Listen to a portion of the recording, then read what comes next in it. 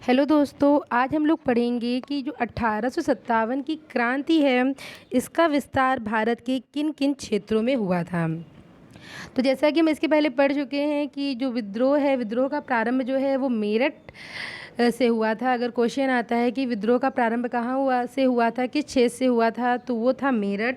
मेरठ में लगभग 85 सिपाहियों ने विद्रोह कर दिया था। उन्होंने चर्बी वाले कारतूस का प्रयोग करने से मना कर दिया था।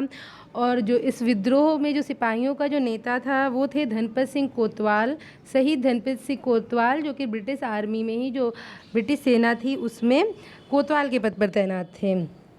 ये जो विद्रोह है मेरठ में, ये 10 मई को हुआ था। इसके बाद जो विद्रोही हैं, आपसे पूछा जा सकता है कि दिल्ली मेरठ में कब विद्रोह हुआ था, तो मेरठ में विद्रोह हुआ था 10 मई को।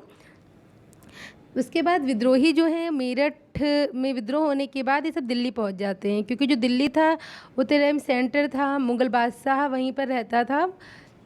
तो दिल्ली पहुंच जाते हैं और दिल्ली में जाकर के ये जो वृद्ध बादशाह हैं बहादुर शाह जफ़र, उनको अपना नेता घोषित करते हैं। और यहीं से जो विद्रोह है ये और भी उग्र रूप धारण कर लेता है, क्योंकि अब एक जो मुग़ल बादशाह हैं उन्हें एक अनुमति टाइप की प्राप्त हो गई है। उन्होंने उनको अपना नेता घोषित कर दिया है। वो 1857 के विद्रोह के एक ऑफिशियल लीडर के रूप में सामने आए। माना कि वो वृद्ध थे वो, लेकिन फिर भी एक टैग मिल गया उनको कि बादशाह बादशाह था होता है। लेकिन जो बहादुर शाह जफ़र थे वो लगभग 80 साल के थे, बहुत ही वृद्ध थे।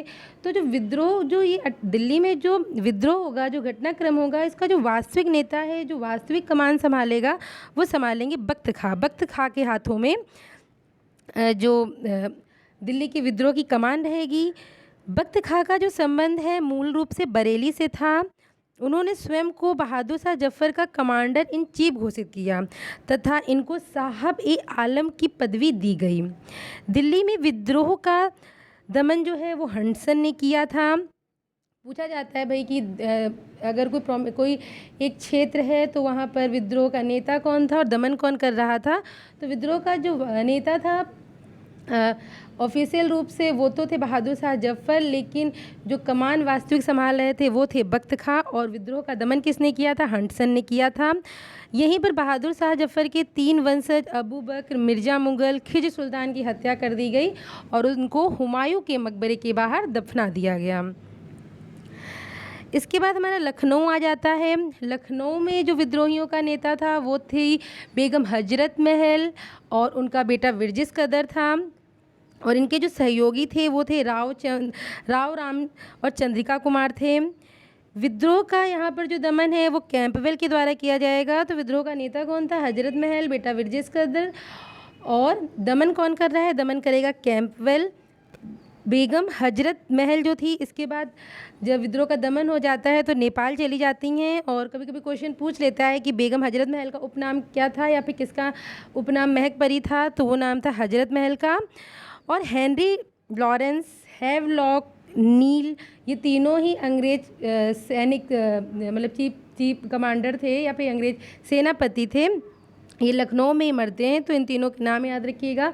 हेनरी लॉरेंस, हाँ से हेनरी लॉरेंस, हाँ से हैवलॉक और नील, ये तीनों लखनऊ में ही मरते हैं। अगला जो विद्रोह का क्षेत्र प्रमुख वो है कानपुर। कानपुर में विद्रोह का जो नेतृत्व है वो नाना साहब पेशवा के द्वारा किया गया था। नाना साहब पेशवा का उपनाम धोंदू पंत था।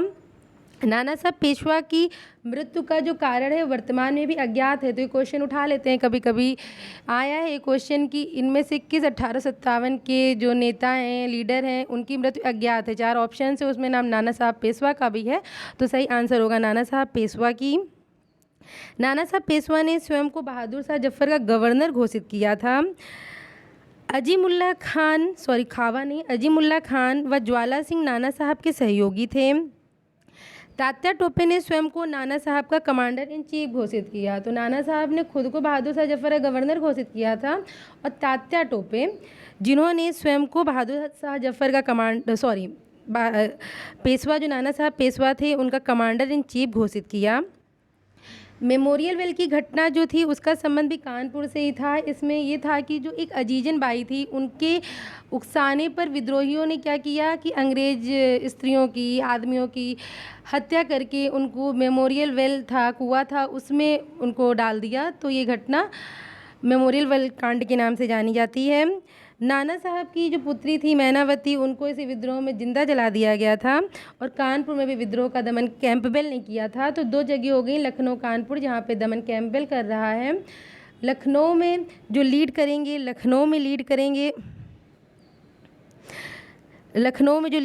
वो करेंगे हजरत महल। कानपुर में नाना साहब पेशवा करेंगे। दोनों के आपको सहयोगी भी याद रखने हैं। इसके बाद विद्रोह पहुंचता है झांसी, जो कि बहुत ही फेमस जगह है और झांसी की रानी को कौन नहीं जानता है। तो झांसी में विद्रोह का नेतृत्व रानी लक्ष्मीबाई द्वारा किया गया। इनके बचपन का नाम मणिकर्णिका था। इनका लालन पालन जो है वो नाना साहब पेशवा के संरक्षण में बिठूर में ही हुआ। इनका जन्म वाराणसी में हुआ था तथा विवाह झांसी के राजा गंगाधर के साथ हुआ। वाराणसी में प्रसिद्ध मणिकर्णिका घाट भी है। गंगाधर की मृत्यु के बाद अंग्रेजों ने राज हड़प नीति के तहत दामोदर राव, जो कि उनका दत्तक पुत्र था, गोद लिया पुत्र था, उसको उत्तराधिकारी का दर्जा देने से इनकार कर दिया। क्योंकि जो डलहौजी लाया था राज हड़प की नीति। इसके तहत अगर कोई भी ऐसा रियासत है जिसके जो मतलब संतान नहीं है, उत्तराधिकारी विहीन है, तो वो बच्चे को गोद नहीं ले सकती है। फिर अगर कोई भी उत्तराधिकारी नहीं बचता है तो गोद लेने का आपको कोई भी अधिकार नहीं है। आप वो जो आपकी रियासत है वो अंग्रेज़ साम्राज्य में मिल जाएगी। ये एक ढंग से अंग्रेज़ साम्राज्य को फैलाने का, अंग्रेज़ी हुकूमत को फैलाने का एक हथकंडा था उनका। तो झांसी की रानी जो है इसके विरुद्ध विद्रोह कर देती हैं और उन्होंने एक महिला रेजिमेंट का गठन किया, जिसमें उनकी सहयोगी थी काला मुंदरा झलकारी बाई। गुलाम गौस खान उनके तोपची थे। तात्या टोपे रानी लक्ष्मीबाई व नाना साहब पेशवा दोनों के ही सहयोगी थे। झांसी की रानी ने तात्या टोपे के साथ मिलकर ही कालपी व ग्वालियर पर अधिकार किया था। तात्या टोपे का वास्तविक नाम रामचंद्र पांडु टोपे था। और जो तात्या टोपे हैं उनकी मृत्यु का मतलब यह बिल्कुल क्लियर कारण नहीं, लेकिन कहा जाता है कि उनके मित्र थे मान सिंह। उनके धोखे के कारण ही अंग्रेज तात्या टोपे को पकड़ लेते हैं और तात्या टोपे को मार दिया जाता है। लेकिन अब इस कारण पूरी टोटली इस बात की कोई पुष्टि नहीं है। लेकिन अगर ऑप्शन आ जाता है तो उनके दोस्त का नाम लगाया जाता है। विद्रोह के समय झांसी में अंग्रेज रेजिडेंट कौन था? वो था एलिस था। जनरल ह्यूरोज द्वारा झांसी में विद्रोह का दमन किया गया। झोकनबाग हत्याकांड, जिसका संबंध झांसी से ही है। झोकनबाग हत्याकांड जो है वो 1857 के विद्रोह संबंधित है। इसमें क्या हुआ था, जो विद्रोही जो सिपाही थे उन्होंने एक झोकनबाग करके एक जगह थी, एक ढंग से वहाँ छोटा सा किला टाइप का बना हुआ था। वहाँ पर अंग्रेज जो अधिकारी थे, कुछ सैन्य अधिकारी थे, जिसमें इस्किन का नाम प्रमुख है, और उनके परिवार और अन्य जो अंग्रेज सिपाही थे उनकी क्रूरता के साथ हत्या कर दी थी। तो झोकनबाग हत्याकांड पूछा जा सकता है, बिल्कुल नया को एक पॉइंट है ये, तो इसको याद रखिएगा। जनरल ह्यूरोज ने झांसी की रानी की प्रशंसा करते हुए कहा था कि झांसी के मैदान में मात्र झांसी की रानी ही एक मर्द थी। मतलब उनकी इतनी बड़ी वीरांगना थी कि उनकी वीरता से अंग्रेज भी आश्चर्य में पड़ गए थे। तो ह्यूरोज ने स्वयं कहा था कि पूरे कहते मैदान में मुझे एक वही लड़ती हुई मर्द दिखाई दे रही थी। झांसी की रानी की कब्र ग्वालियर में है। तो आपसे क्वेश्चन पूछा जा सकता है कि झांसी में विद्रोह का नेतृत्व किसने किया था? विद्रोह का एक मेन कारण क्या था? झांसी की रानी का मूल नाम क्या था? विद्रोह का दमन किसने करा? झांसी की रानी के सहयोगी कौन थे? etc। अगला जो विद्रोह का क्षेत्र है वो है जगदीशपुर। बिहार में सर्वप्रथम विद्रोह जो था वो जगदीशपुर में हुआ था। और यहाँ पर जो विद्रोह के जो नेता थे वो 80 वर्षीय कुंवर सिंह थे। वे अकेले क्रांतिकारी थे जिन्हें स्वतंत्र अवस्था में जिनका निधन हुआ था, और इनके निधन के बाद इनके भाई अमर सिंह ने विद्रोह की कमान संभाली थी। उसके बाद फैजाबाद में विद्रोह के जो नेता थे वो मौलवी अहमदुल्ला थे। उन्हें अवध क्षेत्र का लाइट हाउस के नाम से भी जाना जाता है। याद रखिएगा, अच्छा क्वेश्चन है कि अवध क्षेत्र का लाइट हाउस किसे कहा जाता था। तो 4 ऑप्शन है, तो उसमें सही नाम है मौलवी अहमदुल्ला। अंग्रेज कभी भी इनको जिंदा नहीं पकड़ पाए तथा इन पर 50,000 रुपये का इनाम भी घोषित किया था। ये भी क्वेश्चन बन सकता है कि किस पर 50,000 का इनाम किस विद्रोही के खिलाफ घोषित किया था। तो वो थे हमारे मौलवी अहमदुल्ला। इनको डंक शाह, नक्कर शाह या नक्कार शाह के नाम से भी जाना जाता है। ये भी एक इम्पॉर्टेंट पॉइंट है कि डंक शाह या नक्कार शाह किसका उपनाम था या किसको इस नाम में जाना जाता था, वो थे मौलवी अहमदुल्ला। और इनका जो संबंध था मूल रूप से कर्नाटक के अर्काट के थे, तो इनका संबंध मूल रूप से कर्नाटका से था। इन्होंने 1857 की क्रांति को जिहाद घोषित किया। तो ये क्वेश्चन आता है कि 1857 की क्रांति को जिहाद किसने घोषित किया, तो वो मौलवी अहमदुल्ला थे। साउथ का जो स्टेट था कर्नाटक से संबंध किसका था, तो वो संबंध मौलवी अहमदुल्ला का था। लाइट ऑफ अवध कौन कहलाता था, मौलवी अहमदुल्ला। किन पर 50,000 का इनाम लगा, मौलवी अहमदुल्ला। अगला एरिया है हमारा बरेली। यहाँ पर जो विद्रोह का नेतृत्व है वो खान बहादुर खान ने किया। ये रुहेलखंड के जो शासक थे उनके परिवार से ही थे, उनके उत्तराधिकारी थे। अंत में नेपाल चले गए और वहाँ पे लेकिन जो नेपाल वासी थे उन्होंने इनको अंग्रेज़ों को सुपुर्द कर दिया था। और एक और इम्पॉर्टेंट पॉइंट है कि जो कैंपवेल था जिसने लखनऊ में विद्रोह का दमन किया था, तो लखनऊ में विद्रोह का दमन उसने किसके सहयोग से किया था, तो लखनऊ में कैंपवेल ने विद्रोह का दमन गोरखा रेजिमेंट के सहयोग से किया था। तो ये भी एक है, हमें याद होना चाहिए।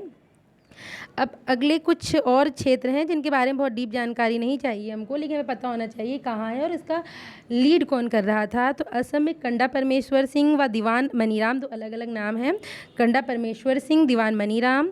फर्रुखाबाद में फजल हसन खान, बिजनौर में मोहम्मद खान, मुरादाबाद में हसन खान, प्रयागराज में लियाकत अली, पानीपत में वूली कलंदर, सतारा में रंगो बापूजी गुप्ते, बनारस में लियाकत अली, हैदराबाद में सोनाजी पंत, राजस्थान में जयदयाल सिंह हरदयाल सिंह, दो लोग हैं जयदयाल सिंह और हरदयाल सिंह, कुल्लू में राजा प्रताप सिंह, गोरखपुर गजाधर सिंह, ग्वालियर तात्या टोपे, उड़ीसा में कर रहे थे सुरेंद्र शाही व उज्ज्वल शाही, अलग अलग लोग हैं। हरियाणा राव तुआराम, मथुरा कदम सिंह, मेरठ में भी बाद में विद्रोह का जो नेतृत्व करा था वो कदम सिंह ने किया था। वो जो कहते धनपत सिंह वाला था वो सेना में जो विद्रोह हुआ था उसकी बात चल रही है कि सेना ने चरबी वाले कारतूस के विद्रोह कर दिया, तो शहीद दीवान उस शहीद को धनपत सिंह कोतवाल ने उतने टाइम कहते वो उन सेना जो सिपाही थे वो उनके नेता थे, लेकिन एक ढंग से मेरठ में जो विद्रोह हो रहा था पूरा, तो उसका जो लीड जो कर रहा था वो थे कदम सिंह और बड़ौत में शाहमल। तो ये थे 1857 की जो क्रांति का जो विस्तार हुआ था, जिन जिन क्षेत्रों में हुआ था उससे संबंधित प्रमुख आपके जो पॉइंट्स हैं वो, और इनसे बहुत सारे प्रश्न पूछे जाते हैं, तो इनको अच्छे से नोट करिएगा, अच्छे से रिवाइज करिएगा। बहुत ही अच्छे की पॉइंट है ये आपके लिए। सो आशा है कि आपको मेरा पढ़ाया हुआ समझ में आया होगा, और अगर ऐसा है तो प्लीज़ चैनल को लाइक करें, सब्सक्राइब करें। कोई भी गलती हो माफ़ करिए, और हो सके तो अच्छे अच्छे सजेशन दीजिए। धन्यवाद।